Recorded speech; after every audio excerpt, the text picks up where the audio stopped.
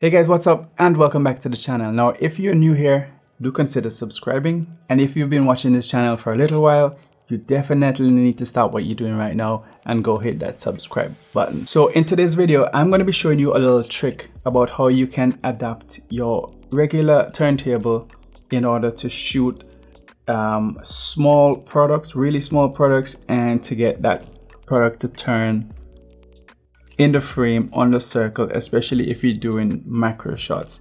Now, I didn't realize this was an issue until I came to shoot that. So I haven't seen this solution anywhere else, by the way. It's just something that I thought about that might work. You know, simple maths, I suppose. But yeah, let's get down to it. So the problem, like I say, is that if you have a small object, like a ring, for example, and you're trying to do a 360-degree shot with that, what you're going to find is that if you don't find the dead center of the turntable and, you know, attach this here, that within that frame where you have a really tight shot, you're going to find that the ring is going to drift. It's going to drift as the turntable turns. So you're going to see it making a circular and, in my opinion, undesirable motion, right? So to combat that, we need to make sure that this is dead center.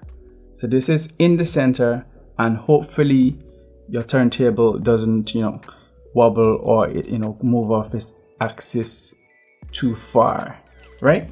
Okay, so the solution I've found, and here is what's going to help as well. For example, if you did want to shoot this on a white surface, then again, right away, if you have a black turntable, you're going to have a problem with that, because you're going to have to put something at the top here, and then now you don't even know where the center of that turntable is. You'll be like, it's there, and you'll be there like 100 years before you figure this thing out. Let's get right into it. Okay, so first of all, you get yourself a square bit of material. In this case, it's foam core. It's easy to work with, and like I said, I was looking to get a white surface anyway. So if you need another color, maybe get a colored sheet and stick it onto some foam core, and that way you have the stability of the foam core while you do what it is you do. First thing you need to do is cut this into a square. So make sure that this is square to begin with, and then you're going to find out the diameter. So you're going to find out what the diameter of the turntable is. That's going to be super important. You can find that maybe in the specifications. So if you go back to your Amazon cart or whatever where you bought this, and check the specs might tell you what the diameter is, right? So that if you don't know what the diameter is all the way across. That is the distance, dead center across it. So it's the longest distance across the face of this, right? So once you find that once you find that diameter, then you have your square.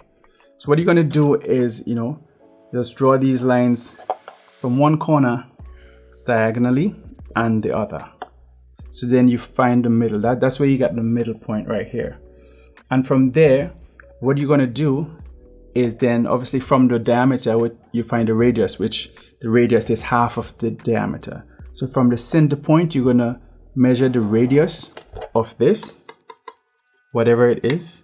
So if it's 10 centimeters, then you measure 10 centimeters from here and you draw a line there, and you do that the same on all 4 lines.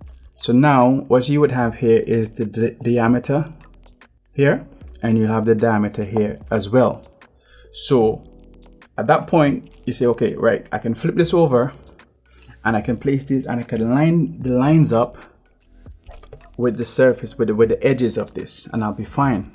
Okay, cool. Take it one step further, and what I've done is applied these 3M double-sided tape. So then I don't have to think and wonder where it is. Once I flip it over, there, it's located already. So that's just to help you to locate it easier anyway. Let's flip it back around for a second. So like I said, we found the dead center.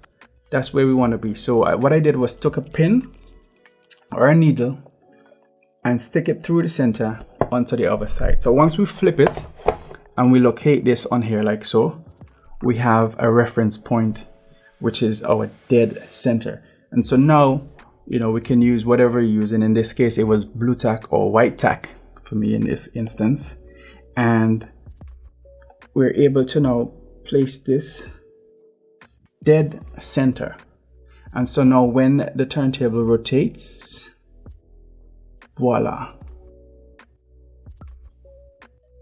we got a dead center rotation, and it doesn't wobble and move off its axis as it would. So anyway, like I said, that was something that I came across. Only when I was shooting it I realized how much this actually drifted, and I had to come up with a solution for that.